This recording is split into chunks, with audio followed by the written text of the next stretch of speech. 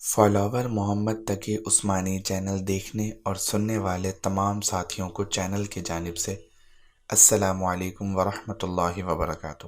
Channel کی انتظامیہ آپ تمام سامعین کو یہ بتاتے ہوئے بہت خوش ہے اور مبارکباد پیش کرتی ہے کہ فالوور محمد تقی عثمانی چینل کو آپ لوگوں نے بہت پسند کیا، جس بنا پر انتظامیہ نے ایک اور چینل شروع کیا ہے جس کا نام فالوور علماء ہے۔ اس چینل میں آپ وقت کے مشہور و معروف علماء کرام کو ایک ساتھ دیکھ سکیں گے اور مختلف دنوں میں مختلف علماء کرام کے بیانات سن سکیں گے۔ امید ہے آپ اس چینل کو بھی پسند کریں گے انشاءاللہ۔ اس کے ساتھ ساتھ اس چینل کی پذیرائی کے بعد قرآن پاک سیکھنے کا چینل اور بچوں کی تربیت کے حوالے سے کہانیوں کا چینل بھی متعارف کروایا جائے گا انشاءاللہ۔ الحمد لله رب العالمين، والصلاة والسلام على سيدنا ومولانا محمد خاتم النبيين وإمام المرسلين وعلى آله وأصحابه أجمعين وعلى كل من تبعهم بإحسان إلى يوم الدين، أما بعد۔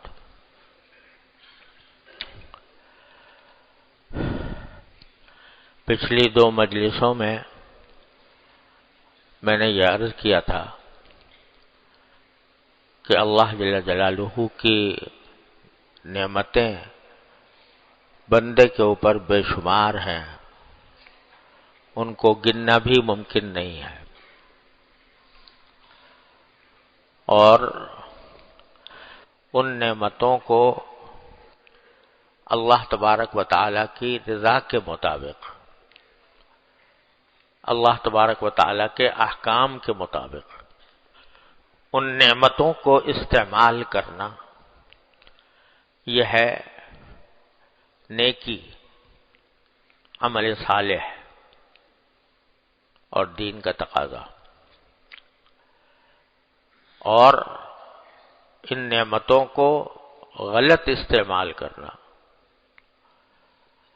اللہ تعالیٰ کے حکم کے خلاف استعمال کرنا، یہ بہت بڑی ناشکری بھی ہے اور اسی کا نام گناہ ہے۔ گناہ کی حقیقت اگر دیکھا جائے تو یہی ہے کہ جو نعمت اللہ تبارک و تعالی نے عطا فرمائی ہے اس کو انسان غلط استعمال کرے، اللہ جل جلالہ کی نافرمانی میں استعمال کرے، اور جن چیزوں سے شریعت نے منع کیا ہے ان میں استعمال کرے، یہ ہے گناہ۔ تو ہم لوگ جو یہاں پر جمع ہوتے ہیں، اللہ تعالیٰ کا فضل و کرم سے سبھی ایسے ہوں گے یقیناً جو الحمدللہ نمازیں پڑھتے ہیں، روزے رکھتے ہیں، جن پر زکوٰۃ فرض ہے وہ زکوٰۃ بھی دیتے ہوں گے، عمرے کا شوق ہوتا ہے عمرے بھی کرتے ہیں، حج بھی کرتے ہیں۔ اللہ تعالیٰ کے فضل و کرم سے اللہ تعالیٰ کے ذکر کی بھی توفیق ہو جاتی ہے، تلاوت قرآن مجید کی بھی توفیق ہو جاتی ہے۔ اس پر اللہ تعالیٰ کا شکر ادا کرنا چاہیے کہ اللہ نے یہ توفیق عطا فرمائی، تو بہت یہ اللہ تعالیٰ کی نعمت ہے، اور اس کی توفیق کے بغیر کوئی کام نیک کام نہیں ہو سکتا۔ اللہم لولا انت مہتدینا ولا تصدقنا ولا صلینا، اے اللہ آپ کی توفیق نہ ہوتی تو ہم نہ نماز پڑھ سکتے، نہ صدقہ دے سکتے، نہ روزے رکھ سکتے۔ تو اللہ تعالیٰ کی اس توفیق پر شکر ادا کرنا چاہیے۔ جیسی کیسی بھی ہم پڑھتے ہیں الحمدللہ پڑھ لیتے ہیں، یہ نعمت ہے اللہ تعالیٰ کی۔ اس لیے اس مجلس میں شرکاء کو اس بات کی دعوت دینا کہ نماز پڑھا کرو، الحمدللہ پڑھتے ہیں پہلے سے، لیکن جو چیز خطرناک ہے وہ ہے گناہ۔ اللہ تعالیٰ محفوظ رکھے۔ خطرناک چیز گناہ ہے۔ اچھے خاصے نمازی، صف اول کے پابند اور بزرگوں سے تعلق رکھنے والے اور اپنی شکل و صورت سے لے کر اپنے اعمال و افعال تک سب میں نیک نظر آنے والے، اگر اپنا گریبان میں منہ ڈال کر دیکھیں تو گناہوں سے بچنا ان کا سب سے بڑا مسئلہ ہے۔ کتنے گناہ ہیں جس میں جان بوجھ کر مبتلا ہو جاتے ہیں، کتنے گناہ ایسے ہیں کہ جو بے شعوری کے ساتھ، یعنی جان بوجھ کر نہیں لیکن اپنے نفس کی کمزوری کی وجہ سے مجبور ہو کر انجام دے جاتے ہیں۔ تو ہمیں زیادہ فکر اس کی کرنی چاہیے۔ وجہ اس کی یہ ہے کہ اگر کوئی شخص اتنا عابد اور پرہیزگار ہو، عابد اور زاہد ہو کہ اس کی کوئی نماز نہ چھوٹی ہو، فرض نماز، اور وہ گناہوں سے بچ کر رہا ہو، زندگی اس نے گناہوں سے بچ کر گزاری ہو، چاہے نفل نماز ایک بھی نہ پڑھی ہو، تہجد ایک مرتبہ نہ پڑھا ہو، کوئی نفلی نماز نہ پڑھی ہو، کوئی نفلی ذکر نہ کیا ہو، کوئی نفلی تلاوت نہ کی ہو، اور لیکن گناہ سے بچ گیا، زندگی گناہ سے بچ کر گزار دی، انشاءاللہ وہ جنت الفردوس کا مستحق ہوگا، باوجود ہے کہ اس نے کوئی نفلی نماز نہیں پڑھی، کوئی نفلی عمل نہیں کیا، لیکن گناہ سے بچ گیا تو اللہ تعالیٰ کے ہاں وہ جنت میں داخل ہوگا۔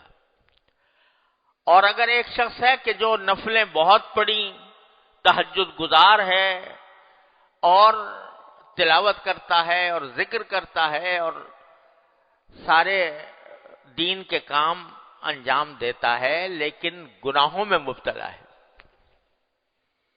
وہ آنکھ کا گناہ ہو، وہ زبان کا گناہ ہو، وہ کان کا گناہ ہو، وہ معاملات کا گناہ ہو، وہ معاشرت کا گناہ ہو، وہ اخلاق کا گناہ ہو، اس میں اگر مبتلا ہے تو باوجود ان ساری نفلوں کے، باوجود ان سارے اذکار کے اور باوجود ان ساری عبادتوں کے اللہ تعالیٰ کے ہاں پکڑا جائے گا۔ تو گناہ اتنی خطرناک چیز ہے اور اس کی قسمیں، گناہ کی قسمیں بھی بہت ساری ہیں اور حاصل ان کا وہی ہے جو میں عرض کر رہا ہوں کہ اللہ جل جلالہ کی نعمتوں کو غلط استعمال کرنا، اس کی مرضی کے خلاف استعمال کرنا۔ اللہ تعالیٰ کی مرضی کے مطابق استعمال کر لے وہ نیکی ہے، وہ ثواب ہے، وہ اجر ہے، وہ جنت کا موجب ہے۔ اب خاص طور پر میں جس پر بہت زیادہ زور دیتا ہوں وہ دو ہماری نعمتوں کے دو غلط استعمال ہے جو بہت زیادہ عام ہیں اچھے خاصے نیک لوگوں کے اندر۔ ایک آنکھ کا گناہ اور ایک زبان کا گناہ، یہ دو چیزیں بڑی خطرناک ہیں اور اس میں اچھے اچھے تہجد گزار لوگ مبتلا ہیں۔ آنکھ اللہ تعالیٰ کی نعمت، اتنی بڑی نعمت، اتنی عظیم نعمت، جس کا آدمی ساری زندگی سجدے میں گزار دے تو شکر ادا نہیں ہو سکتا۔ مفت مل گئی ہے، بغیر کسی محنت کے مل گئی ہے، اس واسطے اس کی قدر نہیں اور اس کی عظمت کا احساس نہیں۔ کسی دن اگر اچھے بھلے آدمی کو کسی وقت اچانک چند لمحوں کے لیے بھی اس کی بینائی چلی جائے تو وہ اپنی ساری دولت خرچ کرنے کو تیار ہو جائے گا کہ کسی طرح یہ میری بینائی واپس آ جائے. اللہ تعالیٰ نے مفت دے رکھی. وہ دی ہے اس کام کے لیے کہ اس نگاہ کو اللہ تبارک و تعالیٰ کی مرضی کے مطابق استعمال کیا جائے. مرضی کے مطابق استعمال کرنے کا راستہ کیا ہے؟ کہ ان کاموں میں استعمال کیا جائے کہ جو یا تو ثواب کے موجب ہیں یا اللہ تعالیٰ نے ان کو جائز قرار دیا ہے.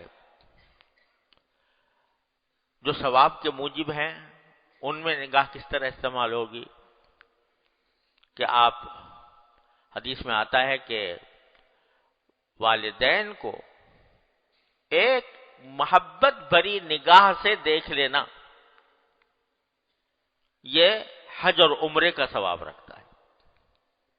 یہ نگاہ کا وہ استعمال ہے کہ جو اللہ تبارک و تعالیٰ کے فضل و کرم سے وہ موجب اجر ہے، موجب ثواب ہے. اپنی اولاد کو محبت کی نگاہ سے دیکھنا، پیار سے دیکھنا، یہ بھی خود اجر و ثواب کا سبب ہے. کیونکہ نبی کریم سرور دو عالم صلی اللہ علیہ وسلم کی سنت تھی کہ وہ آپ اپنی اولاد کے ساتھ محبت فرماتے تھے، پیار فرماتے تھے، ان کو دیکھتے تھے، ان کے بوسے لیتے تھے. ایک مرتبہ رسول کریم صلی اللہ علیہ وسلم کے پاس آپ کے نواسے موجود تھے، تو رسول کریم صلی اللہ علیہ وسلم نے ان کو گود میں لے کر پیار کیا. تو ایک صاحب دیہاتی قسم کے آدمی تھے، وہ بیٹھے ہوئے تھے، تو وہ کہنے لگے آپ اپنے بچوں کو پیار کرتے ہیں؟ میں نے تو ساری زندگی اپنے کسی بچے کو پیار نہیں کیا. تو رسول کریم صلی اللہ علیہ وسلم نے جواب میں کہا کہ بھائی اگر تمہارے دل سے اللہ تعالیٰ نے رحمت چھین لی ہے تو میں کیا کروں؟ یہ تو اللہ تعالیٰ کی رحمت کا ایک تقاضا ہے کہ آدمی اپنے بچوں سے پیار کرے.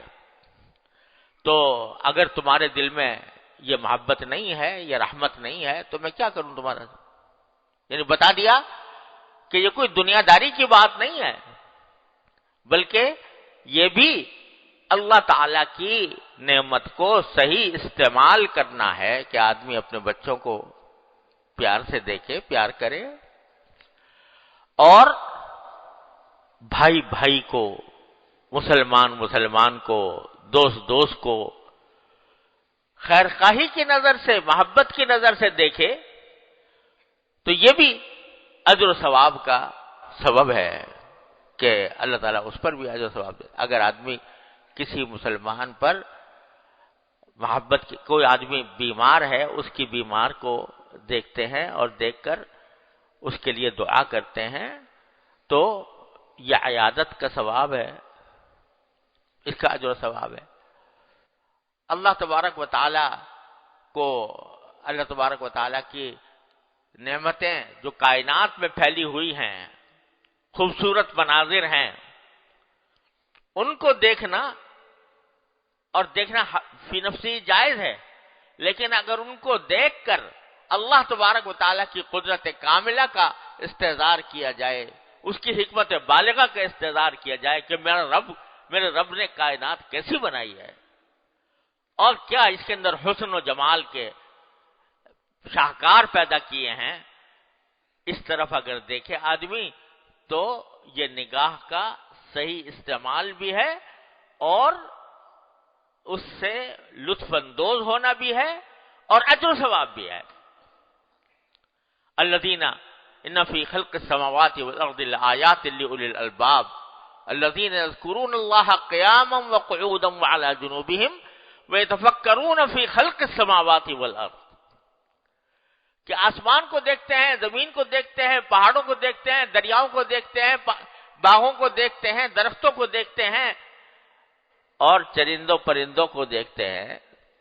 کیسی کیسی خوبصورت مخلوقات اللہ تعالیٰ نے پیدا فرمائی ہے، اور ان کو دیکھ کر اللہ تبارک و تعالیٰ کی طرف ان کا ذہن متوجہ ہوتا ہے، وہ سوچتے ہیں کہ ربنا ما خلقت ھذا باطلا، اے میرے پروردگار آپ نے یہ چیزیں باطل اور بیکار پیدا نہیں کر دیں۔ تو یہ نگاہ کا بہترین استعمال ہے، اس میں مزہ بھی ہے اور ثواب بھی ہے۔ قرآن کریم کہتا ہے سیرو فی الارض، زمین میں چلو پھرو، فانظروا کیف کان عاقبۃ الذین من قبلہم، وہاں دیکھو کہ پہلے جو لوگ گزرے ہیں ان کا انجام کس طرح ہوا، جن قوموں کے اوپر اللہ بچائے عذاب نازل ہوا۔ تو ان جگہوں پر اگر دیکھے آدمی اور دیکھ کر عبرت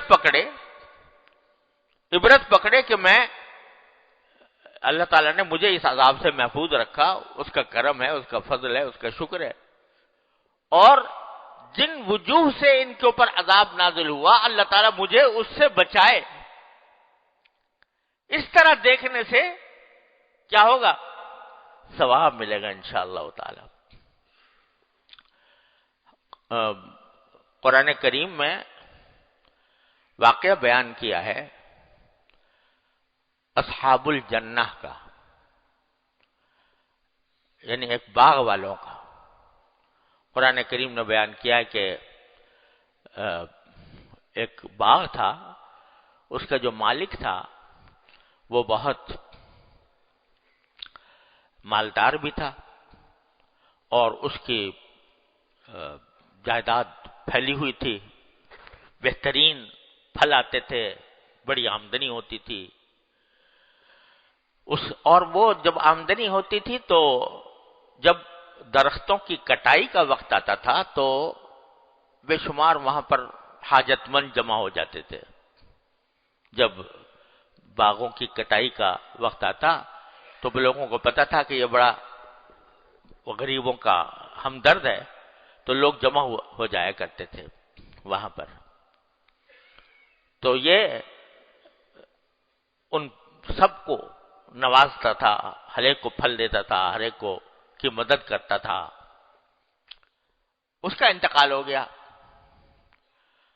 تو جو اس کی اولاد تھی، وہ رسا تھے، ان کے دماغ میں الٹی بات آئی کہ ہمارا باپ تو بڑا بیوقوف تھا، اور اس نے ان ساری اپنی جو ساری پیداوار ہوتی تھی وہ سب فقیروں میں تقسیم کر دیتا تھا اور اپنے پاس بہت کم رکھتا تھا۔ اب ہم اس بیوقوفی سے، اس حماقت سے نکلنا چاہتے ہیں، لہذا انہوں نے کہا اب ہم کسی اور کو نہیں دیں گے، جتنی بھی پیداوار ہے وہ ہم خود رکھیں گے، مالدار بنیں گے، دولت مند بنیں گے، دنیا کے امیروں میں شمار ہوگا۔ چنانچہ طے یہ کیا کہ جب کٹائی کا جب بالکل پھل پک کر تیار ہو گئے تو اس روز انہوں نے آپس میں یہ مشورہ کیا کہ آج ایسا کرو کہ لا يدخلن اليوم علیکم مسکین، آج کوئی مسکین داخل نہ ہو ہمارے باغ میں، آج ہماری کٹائی کا دن ہے، پھل اتاریں گے، آج کوئی مسکین داخل نہ ہو تاکہ ہمیں کسی کو دینے نہ پڑے، اور ایسا کرو کہ صبح سویرے اندھیرے منہ اندھیرے چلو اور اسی وقت سے کٹائی شروع کر دو۔ عام طور سے جو لوگ آئیں گے وہ بعد میں آئیں گے، تو ہم پہلے ہی سے احاطہ کر چکے ہوں گے، راستے میں رکاوٹیں پیدا کر چکے ہوں گے، اور بہت صبح کو جا کر اپنا کام کر لیں گے ساری کٹائی کر کے، اور پھر اس کو بیچیں گے اور عیش کریں گے۔ اور یہ ارادہ کیا کہ ہم صبح سویرے جائیں گے۔ اللہ قرآن کریم فرماتا ہے کہ انہوں نے تو یہ بات کہہ دی کہ صبح ہم اٹھ کے جائیں گے اور کٹائی کریں گے اور اپنے پیداوار کو نکالیں گے، انشاءاللہ بھی نہیں کہا، یہ کہہ دیا کریں گے صبح کو جائیں گے۔ تو اللہ تعالیٰ فرماتے ہیں فطاف علیہا طائف من ربک وہم نائمون، ہم نے رات رات میں ان کے اوپر ایک عذاب ایسا بھیجا جو پورے باغ کے اوپر چکر لگا گیا۔ صبح اٹھ کے جب یہ لوگ روانہ ہوئے اپنے باغ کی طرف تو باغ ہی نظر نہیں آتا. تو انہوں نے کہا کہ بھئی باغ تو نظر آ نہیں رہا، ہمارا جگہ تو یہی ہے، باغ کہاں گیا؟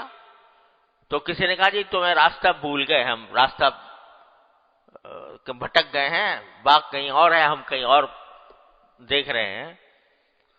لیکن بعد میں انہوں نے کہا کہ نہیں نہیں، یہ جگہ بھی وہی ہے اور باغ بھی وہی ہے، لیکن پورا باغ تباہ ہو چکا تھا. اس وقت ان کو ہوش آیا کہ ہم نے کیسے اس اللہ تعالیٰ کے حکم کے خلاف ہم نے ارادہ کیا تھا. رات بھر میں اللہ تعالیٰ نے وہ تباہ کر دیا. یہ واقعہ یمن میں پیش آیا تھا، یمن کے علاقے میں. میں جب یمن گیا تو اس جگہ سے بھی گزرا، اس باغ کو بھی دیکھا. اس باغ کو دیکھا تو وہاں یہ دیکھا آج تک وہاں پیداوار نہیں ہوتی. پوری زمین میں کالے کالے پتھر، اس طرح نوکیلے پتھر کھڑے ہوئے ہیں، اس پہ چلنا بھی دشوار ہے، وہ ایسے پتھر کھڑے ہوئے، اور آج تک وہ باغ آباد نہیں ہو سکا. تو اب آدمی اگر ایسی جگہوں پر عبرت کے لیے دیکھے کہ اللہ تبارک و تعالی نے کس طرح یہاں پر اپنی قدرت سے ایسے لوگوں کو ہلاک کیا، اور کس وجہ سے ہلاک کیا؟ بخل کی وجہ سے، کنجوسی کی وجہ سے. تو یہ عبرت کی نگاہ سے دیکھنا یہ بھی موجب اجر و ثواب ہے اللہ تبارک و تعالیٰ کے ہاں. اس کا کہ آدمی اس کو دیکھ کے ربنا ما خلقت ھذا باطلا سبحانک فقنا عذاب النار. تو یہ بھی آنکھ کا ایک بہت بڑا استعمال ہے، عبرت کی نگاہ سے دیکھنا ان جگہوں کو جہاں پر اللہ تبارک و تعالی نے اپنی قدرت سے نافرمانوں کو سزائیں دی. ان جگہوں کو اگر آدمی اس نگاہ سے دیکھے تو یہ ثواب کی بات ہے انشاءاللہ. غرض اس آنکھ کے بے شمار استعمال ہیں جو یا تو ویسے ہی اجر و ثواب کا موجب ہیں، یا اگر آدمی اس میں اچھی نیت کر لے، اچھی بات سوچ لے، تو وہ جائز کام عبادت بن جاتے ہیں، ان کے اوپر بھی اجر و ثواب مرتب ہوتا. شوہر کا بیوی کو محبت سے دیکھنا، بیوی کا شوہر کو محبت سے دیکھنا اللہ تعالیٰ کو بہت پسند ہے. اور اس نگاہ سے دیکھنا کہ بھئی اللہ تبارک و تعالیٰ نے اس کو میرے لیے حلال کیا ہے، تو میں اب دوسری طرف نگاہ ڈالنے سے اپنے آپ کو بچاؤں اور عفت مجھے حاصل ہو، عفت اور عصمت حاصل ہو. اس نقطۂ نظر سے دیکھنا اجر و ثواب ہے. تو بے شمار کام ہیں اس آنکھ کے جو آدمی کو اجر و ثواب کے ڈھیر لگا سکتے ہیں، نامہ اعمال میں نیکیوں کے انبار لگ سکتے ہیں. لیکن اسی کا غلط استعمال اللہ بچائے. نعمت تو اتنی بڑی اللہ کی دی ہوئی، کہیں سے تم نے خود پیدا کر لی تھی، کہیں سے خرید کر لے آئے تھے. اللہ تعالیٰ کی عطا ہے، اس عطا کو اس کی نافرمانی میں استعمال کرنا کتنی بڑی غداری، کتنی بڑی خیانت اور کتنی بڑی نافرمانی ہے. تو وہ کیا ہے؟ ایک مثلا جس میں ابتلا آج کل بہت زیادہ ہو گیا ہے، وہ ہے نامحرم پر لذت لینے کی غرض سے نگاہ ڈالنا، لذت حاصل کرنا، نامحرم کو دیکھ کر لذت حاصل کرنا. یہ ایسا گناہ ہے کہ اس کو قرآن حدیث میں فرمایا گیا کہ النظر سہم من سہام ابلیس او کما قال صلی اللہ علیہ وسلم، کہ انسان کی نظر جو ہے یہ ابلیس کے تیروں میں سے ایک تیر ہے، شیطان کے تیروں میں سے ایک تیر ہے. وہ اگر غلط استعمال ہوتی ہے، نامحرموں کو دیکھنے میں استعمال ہوتی ہے اور فحاشی کو دیکھنے میں استعمال ہوتی ہے، تو یہ اتنا بڑا گناہ ہے کہ جس کے نتیجے میں انسان کے قلب میں ظلمت پیدا ہو جاتی ہے۔ یاد رکھو، یہ دل میں اگر ظلمت پیدا ہو جائے، اللہ تبارک و تعالیٰ نے ایک مومن کے دل میں ایمان کا نور رکھا ہے، اور تعلیم یہ دی ہے کہ اللہ تعالیٰ سے ہمیشہ نور مانگو۔ فجر کی نماز کو جاتے وقت دعا جو تلقین فرمائی وہ کیا ہے؟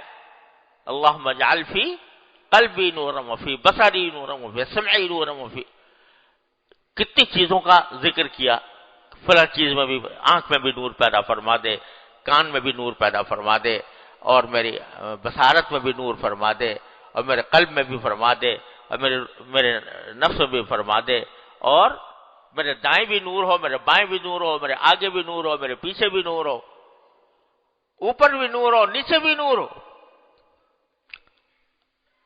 حضور اقدس صلی اللہ علیہ وسلم یہ دعا فرما رہے ہیں، اور یہ نور زائل ہوتا ہے گناہوں سے، خاص طور سے گناہ، آنکھ کے گناہ سے۔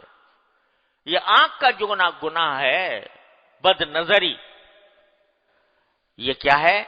یہ ابلیس کے تیروں میں سے ایک تیر ہے، سہم من سہام ابلیس، اور اس کے نتیجے میں قلب میں ظلمت ہوتی ہے، اللہ تبارک و تعالیٰ کی، اللہ تعالیٰ کے تعلق سے دوری ہوتی ہے۔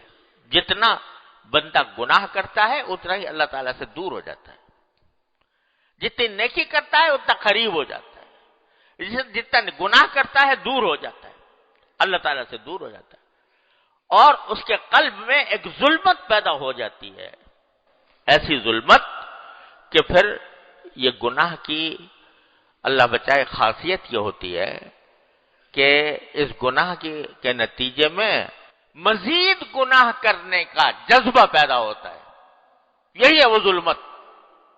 آج میں نے کیا تو اس کے نتیجے میں میرے ایک ظلمت پیدا ہو گئی، تاریکی دل میں پیدا ہو گئی۔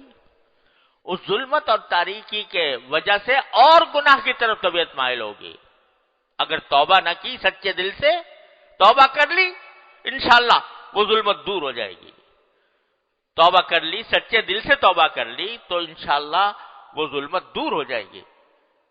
لیکن اگر توبہ نہ کی، وہ ظلمت باقی رہے گی، وہ اور گناہ کرائے گی۔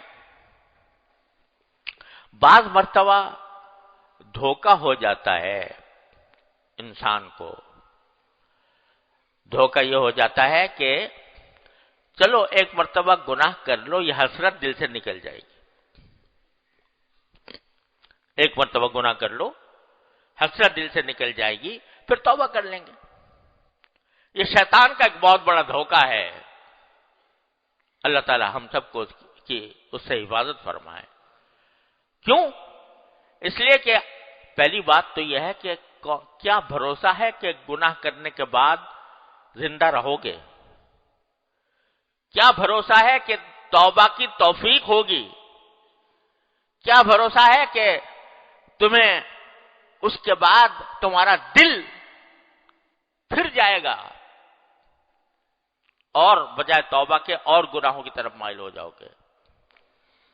اور گناہ کی خصوصیت یہ ہے کہ اگر توبہ نہ کی جائے تو دل سے ایک گناہ کا ڈر نکل جاتا ہے۔ جب تک کوئی گناہ نہیں کیا اس وقت تک دل میں ایک ڈر ہے کہ کروں گا گناہ ہوگا، کروں گا گناہ ہوگا، اللہ تعالیٰ ناراض ہو جائیں گے، دوزخ ملے گی، وغیرہ وغیرہ۔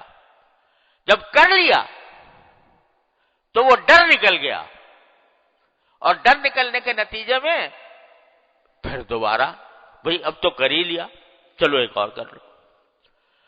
اس کے نتیجے میں آدمی بڑھتا چلا جاتا ہے، بڑھتا چلا جاتا ہے۔ اور خوب سمجھ لو، میری یہ بات یاد رکھنا کہ گناہ اگر آدمی اپنے نفس کی خواہشات کو دبانے کے بجائے نفس کے پیچھے چل پڑے، نفسانی خواہشات کے پیچھے چل پڑے، تو یہ پیاس کبھی ختم بجھتی نہیں ہے۔ یہ پیاس کسی مرحلے پر جا کر بجھتی نہیں ہے۔ تم سمجھتے ہو کہ ایک مرتبہ کر کے دل ٹھنڈا ہو جائے گا، ارے دل ٹھنڈا نہیں ہوگا، اور پیاس بھڑکے گی، اور پیاس بھڑکنے کے نتیجے میں اور گناہ میں مبتلا ہو گئے، پھر اور ہو گئے، پھر اور ہو گئے، پھر اور ہو گئے، جب تک کہ مکمل توبہ نہ کر لو۔ اور اللہ بچائے، ایک قرآن کریم سے معلوم ہوتا ہے کہ گناہ کی ایک خاصیت یہ ہے کہ انسان کی مت الٹی ہو جاتی ہے، یعنی دماغ جو ہے وہ غلط سمت میں چل پڑتا ہے، جو بری چیزیں اچھی لگنے لگتی ہیں، اچھی چیزیں بری لگنے لگتی ہیں۔ گناہ کی ایک خاصیت یہ ہے، اور تقوی کی خاصیت یہ ہے، گناہ سے بچنے کی خاصیت یہ ہے جو قرآن نے فرمایا یا ایھا الذین آمنوا اتقوا اللہ یجعل لکم فرقانا۔ تقوی اختیار کرو گے تو اللہ تعالیٰ تمہیں حق و باطل کی میں تمیز کرنے کا سلیقہ عطا فرما دیں گے۔ تو تقوی سے عقل درست ہوتی ہے اور گناہ سے عقل خراب ہوتی ہے۔ غلط جگہ پر اچھی چیز کو برا سمجھنے لگتا ہے، اچھی اور بری چیز کو اچھا سمجھنے لگتا ہے، یہ گناہ کی خاصیت ہے۔ لہذا یہ جو دھوکہ ہوتا ہے کہ چلو کر لو بعد میں توبہ کر لیں گے، یہ بہت بڑا زبردست دھوکہ ہے۔ وَلَا يَغُرَّنَّكُمْ بِاللَّهِ الْغَرُورُ، قرآن کہتا ہے کہ وہ تمہیں بڑا دھوکے باز شیطان تمہیں دھوکے میں نہ ڈالے۔ لہذا آدمی کو کبھی اس دھوکے میں نہیں آنا چاہیے۔ گناہ ہے، جب گناہ ہے تو اس کو تو کچلنا ہی ہے، اور ہر قیمت پر کچلنا ہے۔ اور جب بندہ یہ عزم کر لیتا ہے کہ یہ آنکھ غلط جگہ پڑے گی نہیں، جب عزم کر لیا اور اپنی نفسانی خواہشات کو کچل کر اپنے آپ کو اس کا عادی بنا لیا کہ یہ نگاہ غلط جگہ نہیں پڑے گی، نہیں پڑے گی، نہیں پڑے گی، تو پھر اللہ تبارک و تعالی انسان کے دل میں وہ نور پیدا فرماتے ہیں، وہ نور پیدا فرماتے ہیں، اور اللہ تعالیٰ اپنے قریب کرتے ہیں۔ اللہ تبارک و تعالیٰ کا قرب حاصل ہوتا ہے، اس کے ساتھ تعلق میں اضافہ ہوتا ہے۔ جب اللہ تعالیٰ فرماتے ہیں جب میرے بندے نے میری خاطر، میری رضا کی خاطر، میرے حکم کی وجہ سے اپنی نفسانی خواہشات کو کچلا اور اپنی نفسانی خواہشات سے اپنے آپ کو بچایا، تو اب میں اس کے دل میں بیٹھوں گا، اب میں اس کو اپنا قرب عطا کروں گا، اب یہ میرا محبوب بنے گا، اب یہ میرا مقرب بنے گا۔ اللہ تبارک و تعالیٰ پھر اس کو مقرب بناتے ہیں۔ چنانچہ فرمایا گیا کہ جب کوئی شخص نظر اپنی ہٹا لے، کسی ناجائز چیز سے ہٹا لے اللہ تبارک و تعالیٰ کی خاطر، تو اللہ تعالیٰ اس کو ایسا نور عطا فرماتے ہیں کہ اس کے آگے گناہ کی لذت ہیچ در ہیچ۔ مگر کام کیا کرنا پڑے گا؟ تھوڑی سی اپنے اوپر سختی کرنی ہوگی، مشقت ڈالنی ہوگی۔ آدمی سوچتا ہے کہ بھئی ہماری نگاہ کو تو پناہ ہی نہیں ملتی، ایسا ماحول میں ہم پیدا ہوئے ہیں۔ تو ہمارے حضرت فرمایا کرتے تھے کہ یہ بات جو تم اپنے دل میں کہتے ہو یا دوسرے سے کہتے ہو کہ پیدا ہی ہم اگر صحابہ کے دور میں پیدا ہوئے ہوتے تو ہم بچا لیتے اپنے آپ کو۔ وہ تقوی کا دور تھا، وہ طہارت کا دور تھا۔ آج تو چاروں طرف گناہوں کے شعلے بھڑک رہے ہیں، اس میں کیسے بچائیں اپنے آپ کو؟ تو ہمارے حضرت فرماتے تھے کہ اگر تم یہ بات اللہ میاں سے کہو بجائے دوسروں سے کہنے کے، اللہ میاں سے کہو یا اللہ چاروں طرف گناہوں کا بازار گرم ہے، چاروں طرف معصیتوں کے شعلے بھڑک رہے ہیں، اے اللہ میں اکیلا ہوں، اے اللہ میں اپنے آپ کو کیسے بچاؤں؟ آپ اپنے فضل و کرم سے مجھے بچنے کی توفیق عطا فرما دیجئے، یا اللہ مجھے بچا لیجئے، یا اللہ یہ سارا جو آگ بھڑکی ہوئی ہے اس آگ کو آپ ہی ٹھنڈا کر سکتے ہیں۔ آپ نے ابراہیم خلیل اللہ علیہ السلام کے لیے آگ کو ٹھنڈا کر دیا تھا، تو اللہ میرے لیے بھی مجھے بھی بچا لیجئے۔ اس سے اللہ تعالیٰ سے مانگو تو صحیح۔ کیوں کہا اللہ تعالیٰ نے ان اللہ علی کل شیء قدیر؟ اللہ تعالیٰ ہر چیز پر قادر ہے، کیوں فرمایا؟ اس لیے فرمایا کہ تم اس کی قدرت کے حوالے سے مانگو، اس سے مانگو، اے اللہ میں تو قدرت نہیں رکھتا، میرے اندر تو اتنی جان نہیں ہے، میرے اندر اتنی قوت نہیں ہے کہ میں اپنے نفسانی خواہشات کے خلاف کام کروں اور ان نفسانی خواہشات کو کچھ لوں، لیکن آپ ہر چیز پر قادر ہیں، تو اللہ مجھے اپنی قدرت کاملہ سے اس ماحول کی تاریکیوں سے مجھے بچا لے، یہ آگ جو چاروں طرف بھڑک رہی ہے اس سے مجھے بچا لے۔ تو یقیناً ہو نہیں سکتا کہ اللہ تعالیٰ تمہیں نہ بچائے، اور اگر کبھی مبتلا ہوگے تو یقیناً توبہ کی توفیق ہوگی، یقیناً توبہ کی توفیق ہوگی۔ جب تم نے ان کو پکار لیا تو اللہ تعالیٰ کی طرف سے ضرور توفیق ہوگی۔ تو لیکن پہلے گناہ کو گناہ سمجھو تو صحیح، یہ تو سمجھو کہ یہ تاریکی ہے، یہ ظلمت ہے، یہ آگ ہے، یہ جہنم ہے، اور اللہ تعالیٰ سے اس کی پناہ مانگو، اللہ تعالیٰ کی پناہ مانگو کہ یا اللہ مجھے اس سے بچا لیجیے۔ تو ایک طرف ہمت کرو، اپنے نفس کے اوپر زبردستی کرو، اور دوسری طرف اللہ سے مانگو۔ جب کہیں ایسا موقع آ رہا ہو جس میں خیال ہو کہ یہ میری نگاہ بھٹک جائے گی، تو جانے سے پہلے اللہ تعالیٰ سے مانگ لو، یا اللہ میں بازار میں نکل رہا ہوں، یا اللہ میں فلاں کام کے لیے جا رہا ہوں، وہاں پر نگاہوں کے بڑے فتنے موجود ہیں، اے اللہ مجھے ان فتنوں سے بچا لیجیے۔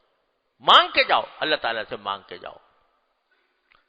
اب اگر فرض کرو کچھ فرض کرو، اول تو اللہ تعالیٰ بچا لیں گے انشاءاللہ، لیکن اگر پھر مبتلا ہو گئے کسی وجہ سے، تو توبہ کی توفیق ہوگی، ضرور ہوگی، ضرور ہوگی اللہ تبارک و تعالیٰ کی طرف سے۔ جب تم اللہ کے حوالے کر کے گئے اور اپنی طرف سے پوری کوشش کی اور اپنے نفس پر مشقت ڈالنے کا پورا عزم کیا، اور پھر بھی مبتلا ہو گئے، تو اللہ جل جلالہ کی طرف سے توبہ کی توفیق ضرور ہوگی۔ اور اگر اس طرح ڈھیلا چھوڑ دیا کہ ارے بھائی ذرا چکھ لو مزہ اور پھر بعد میں کر لیں گے توبہ، تو اللہ بچائے پھر اس میں بڑھتے بڑھتے بڑھتے بڑھتے پھر توبہ کی توفیق ہونا بھی مشکل ہے، اللہ بچائے۔ تو میرے حضرت والا فرمایا کرتے تھے کہ اللہ ہی سے مانگو، اس اللہ سے مانگو جس نے حضرت خلیل اللہ علیہ السلام کی آگ کو ٹھنڈا کر دیا تھا۔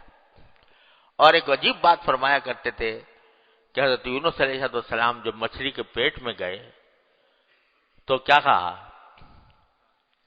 لا الہ الا انت سبحانک انی کنت من الظالمین، فنادا فی الظلمات، اندھیریوں میں کس کو پکارا؟ اللہ کو پکارا۔ کیا کیا کہ پڑھا؟ لا الہ الا انت سبحانک انی کنت من الظالمین۔ کیا ہوا اس کا نتیجہ؟ 3 دن تو آزمائش رہی، 3 دن تک مچھلی کے پیٹ میں رہے۔ اللہ کیا وہ وقت گزرا ہوگا، پکار رہے ہیں سبحان لا الہ الا انت سبحانک انی کنت من الظالمین۔ کچھ وقت گزرا، اللہ میاں بھی تھوڑا سا دیکھتے ہیں اور تھوڑا سا وقت آزمائش کا گزرتا ہے، لیکن پھر کیا ہوا؟ اللہ تعالیٰ فرماتے ہیں فَنَجَّيْنَاهُ مِنَ الْغَمِّ، ہم نے ان کو اس گھٹن سے نجات عطا فرما دی. وہ مچھلی کے پیٹ کے اندھیرے میں جو گھٹن تھی اس سے ان کو نجات عطا فرما دی. چلو یہ تو کہا ہی تھا. آگے فرمایا وَكَذَلِكَ نُنْجِي الْمُؤْمِنِينَ، ہم اسی طرح مومنوں کو نجات دیتے ہیں.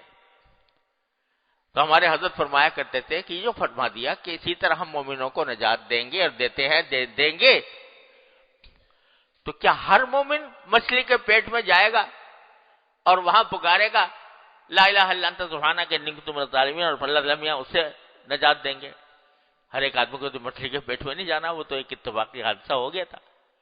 لیکن بتا یہ دیا کہ جب بھی تم ظلمتوں میں گھرو، تاریکیوں میں گھرو، تو اس وقت پکار لو اللہ تبارک و تعالیٰ کو، یا اللہ میں ظلمات میں ہوں. یہ ساری ظلمتیں ہی تو ہیں. یہ جو گناہوں کا اور فسق و فجور کا بازار گرم ہے، یہ کیا ہے؟ یہ ظلمتیں ہی تو ہیں. تو ان ظلمات کے اندر پکارو اللہ کو، لا الہ الا انت سبحانک انی کنت من الظالمین، لا الہ الا انت سبحانک انی کنت من الظالمین. پکارو کہ اللہ میں ان ظلمتوں میں گھرا ہوا ہوں، مجھے اپنے فضل و کرم سے اس سے نکال دے. تو کیا ہوگا؟ کذالک ننجی المؤمنین، تو ہم مومنین کو ضرور نجات دیں گے. تو بھائی کم از کم یہ نسخہ تو اپناؤ کہ اپنے آپ کو گناہوں سے بچانے کے لیے کوئی دن خالی نہ جائے جس میں دل سے دعا نہ کرو اللہ تعالیٰ سے، یا اللہ ماحول کے اندر جو گناہ پھیلے ہوئے ہیں، اے اللہ اپنے فضل و کرم سے مجھے اس سے نجات عطا فرما دے، مجھے اس سے نکال دے، مجھے ان کی تاریکیوں سے نکال دے، مجھے ان کی ظلمتوں سے نکال دے. اور اپنی ہمت کو بھی کام میں لاؤ، اپنے اوپر زبردستی کر کے اپنے آپ کو بچاؤ. تو پھر انشاءاللہ کذالک ننجی المؤمنین کا مظاہرہ ہوگا، ضرور ہوگا. اس میں کوئی شک و شبے کی بات نہیں، ضرور ہوگا انشاءاللہ.